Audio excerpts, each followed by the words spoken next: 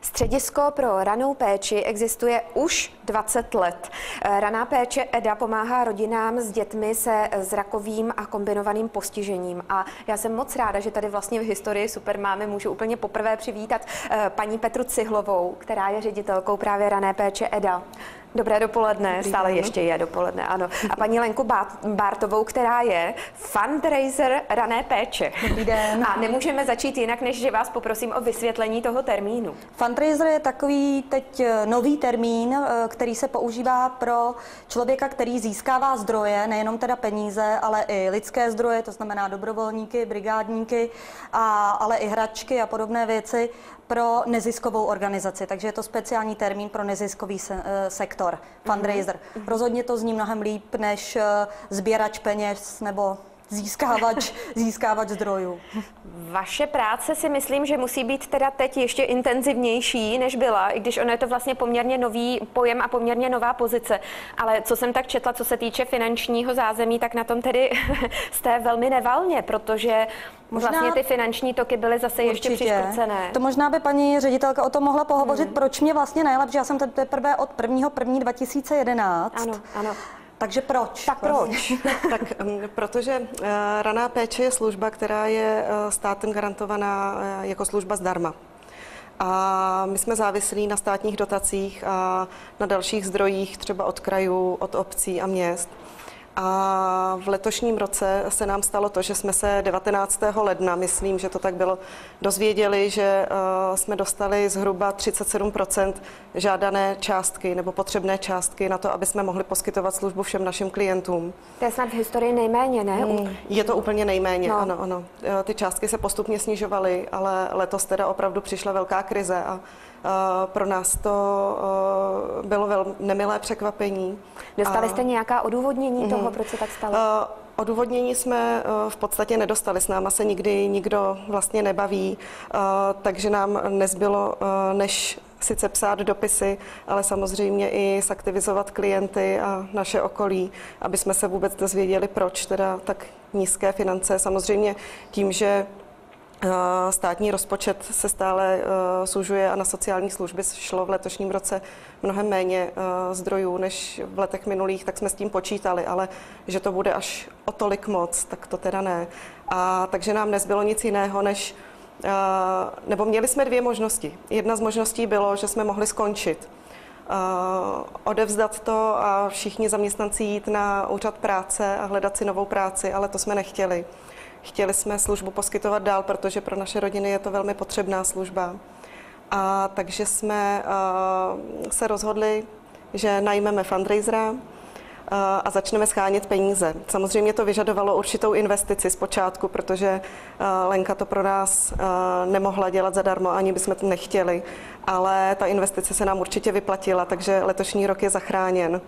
A službu můžeme poskytovat. Teda klobouk dolů, jak jste to udělala? No nejenom já, je třeba říci, že každý fundraiser potřebuje obrovskou podporu celé té organizace, která sama musí mu poskytnout třeba kontakty a musí prostě všichni spolupracovat. I v tom, že vymýšlí třeba PR akce, ačkoliv ty poradci třeba nejsou úplně nadšení z toho, že musí furt mezi lidi a musí o tom mluvit, protože to není úplně hlavní gro jejich práce, to je chození do těch rodin a pomáhání celé té rodiny, kde mají teda dítě se zrakovým a kombinovaným postižením, tak ale musí chápat, k čemu je to dobré a musí prostě být vstřícní k tomu fundraiserovi, proč to dělá, jak to vymýšlí, že chce té organizaci pomoct. Protože on je zase trošku jiný, že jo? Tam je ta sociální oblast, oni chtějí pomáhat a teď člověk přijde s tím, že taky pomáhá, ale trošku jinak, je takový víc komerčně jako naladěn, co musíme dělat a šup a takhle.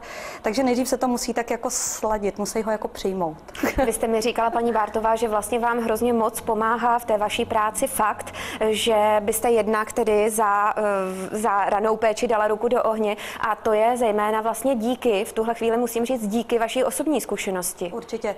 Já sama, nebo já ne, ale moje dcera je sama klientem rané péče. má od narození vrozenou vývojovou vadu, takže špatně vidí. Takže od začátku jsme tedy klienty a já si nedovedu představit, upřímně opravdu nedovedu si představit, vzhledem k tomu, že jsem s dcerou opravdu sama. V tu chvíli, ten moment si vybavím prostě kdykoliv si na něj vzpomenu, kdy mi řekli diagnózu v nemocnici a řekli mi, ale nevíme, bude to ležící dítě, možná nebude vidět vůbec, prostě nevíme, to se bude nějak vyvíjet, oni to opravdu nevědí.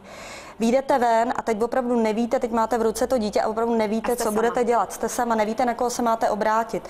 Rodina taky na tom není nejlíp, samozřejmě ty se taky jako svým způsobem hroutějí, nemůžou být úplně ta podpora. Hlavně nevědí i kamarádi, co se s tím mají počít. Na to věta, to bude dobrý, na to jsem byla úplně vysazená. To jako úplně dobrý to nebude nikdy, jo. Takže, ale může to být jako hodně dobrý a právě v tu chvíli v té Krči, musím říct, mi dali ten telefon na tu ranou péči. Já jsem zavolala, přijela poradkyně a začala s náma pracovat. A už jsem najednou nebyla sama. A najednou jsem věděla i o dalších rodinách, protože jsou setkávání rodičů. Vůbec jsem měla najednou pocit, že se to dá zvládnout, že opravdu na to nejsem sama a že to zvládnu teda. Takže to se vám potom fundraiser dělá daleko lépe, určitě. To je jasné.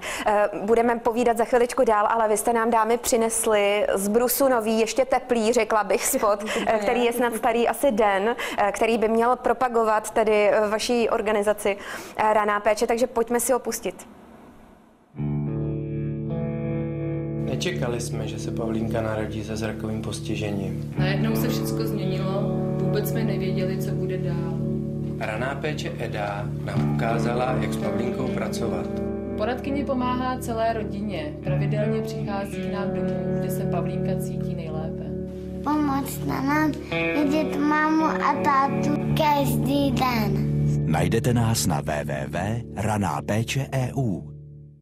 Tak doufejme, že třeba i tenhle ten spot, který právě teď měl premiéru televizní, mediální, takže třeba i pomůže té propagaci, byť je to vlastně až trošku srandovní mluvit o propagaci něčeho, co funguje a takhle moc pomáhá 20 let, no, ale vy asi se s tím potýkáte stále, že té propagace není dost.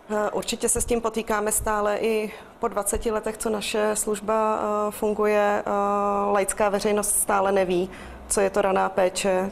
Co to je raná péče? Pojďte to ještě jednou, opakování je matka moudrost. Strašně ráda to zopakuju. Raná péče je služba sociální prevence a je to terénní služba, především terénní služba, doplněná ambulantní složkou, která poskytuje podporu a pomoc rodinám se zdravotním postižením nebo v případě zdravotního nebo v případě ohrožení zdravotním postižením dětem od narození do 7 let. A naše cílová skupina jsou právě rodiny s dětmi se zrakovým a kombinovaným postižením. My se přímo věnujeme dětem, které jsou slabozraké nebo nevidomé. Na základě čeho to asi musí být těžké? Nedokážu si představit, že uspokojíte všechny. To snad není ve vašich silách. Na základě čeho tedy vybíráte ty své klienty? Přímo náš EDA poskytuje službu ve 4 krajích České republiky a máme vlastně 163 rodin, to je naše kapacita. Takže vybíráme podle toho, že čím těžší postižení, tím samozřejmě ten nárok na tu službu je vyšší, ale rádi bychom samozřejmě uspokojili všechny rodiny. Bohužel i vzhledem k tomu financování musíme být spokojeni aspoň s tímto číslem a v Praze konkrétně je to 63 rodin, kterým v současnosti tu službu poskytujeme. V čem je ta terénní práce specifická? O co jde? Dochází ti poradci přímo do rodin? Naším cílem, ano, dochází. Naším cílem vlastně je posílit kompetence rodičů tak, aby dítě mohlo žít běžný život, aby zůstalo v domácím prostředí a nemuselo skončit někde v ústavu. A i proto naši poradci rané péče, což jsou buď speciální pedagogové nebo sociální pracovníci, dochází přímo do rodin, kde se zaprvé lépe pracuje s dítětem, ale i s tou rodinou a může se na základě znalosti toho domácího prostředí to prostředí upravit tak, aby bylo zrakově stimulační a aby se tam mohlo dítě se zrakovým postižením lépe pohybovat. My jsme tady, nebo vy jste tady, jsme tady zaplaveni nejrůznějšími pomůckami, které vlastně právě teda v tom terénu, to znamená přímo u těch klientů, u dětí, používáte. Paní ředitelko, můžete nám alespoň některé z nich třeba představit a říct, v čem je ta jejich jejich výhoda právě pro takhle postižené děti? Určitě. My vlastně začínáme těmito zrakově stimulačními deskami, které jsou kontrastní, je to černá a bílá a vlastně dítě dokáže nejlépe odhadnout ten kontrast a dobře potom vidí tu siluetu, pokud je černo-bílá. Důležité je právě, aby všechny pomůcky, třeba i tady ty panenky, to je Lily a Gogo, tak ty panenky mají konturu, mají siluetu a důležité je, že jsou jednoduché. Vidíte, že mají očička, pusinku, nemají nosánek, ale nejdůležitější je právě to, aby měli ty oči, pusu a my vlastně sledujeme, využíváme to i při testování a sledujeme, jak děti si všimnou, jestli si všimnou těch detailů nebo ne. Tady Gogo právě i Lily, teda vidím, že ta silueta je zřejmá, čili to je hračka, která je vyrobena jaksi pro vás přímo na zakázku jako speciální pomůcka, anebo byla náhoda, že jste zrovna objevili někde takové panenky? Ne, toto je přímo speciální pomůcka, kterou vlastně vymyslela paní Lea Hyvarinen z Finska. Tady vlastně tahleta testovací sada, je to 3D Lea Symbols test. A to jsou obrázky, které jsou i poměrně známé, když jdeme na oftalmologické vyšetření s dětmi.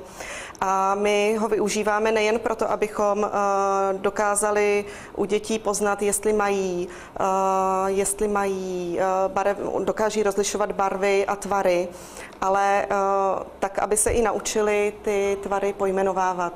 Takže dá se to využít i proto, aby se děti naučili předtím, než půjdou k oftalmologovi nebo k pediatrovi na vyšetření. Jasně, rozumím.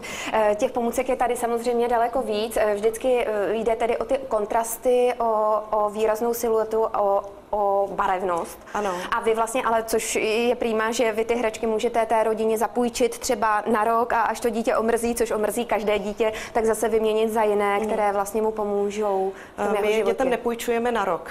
My je většinou půjčujeme od jedné návštěvy k druhé. Ty návštěvy, ty konzultace těch poradkyň jsou vlastně v rozmezí 4 až 6 týdnů podle potřeb rodiny. A samozřejmě ty hračky a pomůcky speciální půjčujeme z důvodu toho, že jsou finančně náročné, anebo že jsou opravdu speciální, třeba vyrobené přímo na míru konkrétním potřebám. Takže ta rodina má možnost si je vyzkoušet. Pokud ji potřebuje na delší dobu, tak ji i delší dobu samozřejmě v té rodině má. Ale oni se potom můžou rozhodnout, jestli si ty hračky koupí nebo ne. Jsou tady vlastně i hračky, které jsou pořízeny normálně v obchodech, ale vzhledem k tomu, že jsou trochu dražší, tak ne všichni si je můžou vzhledem k své sociální situaci dovolit. Dámy, není čas. Já to strašně nerada říkám, tuhletu větu, to je taková berlička, ale je to tak, takže já myslím, že dveře zůstávají pro vás otevřené. Jestli vy budete chtít, tak my budeme moc rádi, když ještě přijdete. To určitě. Tak fajn, přijdeme rádi. tak fajn. Takže děkuji moc krát, ať se tedy daří, hlavně vám. Jak říkáte, na dnešní rok už máte vystaráno, tak hlavně zůstaňte ve své funkci. Záleží teď na tom, jak to bude ten další rok. No, Doufáme, Doufáme, že budeme osvícení a že to dopadne dobře. Děkuji moc krát, budu se na vás těšit příště a na vás se budu těšit už zítra v 9:00, protože pokračujeme zase s dalšími zajímavými hosty a budeme tady pro vás, milé maminky. Takže nezapomeňte, prosím, že není důležité zvítězit, ale nezbláznit se.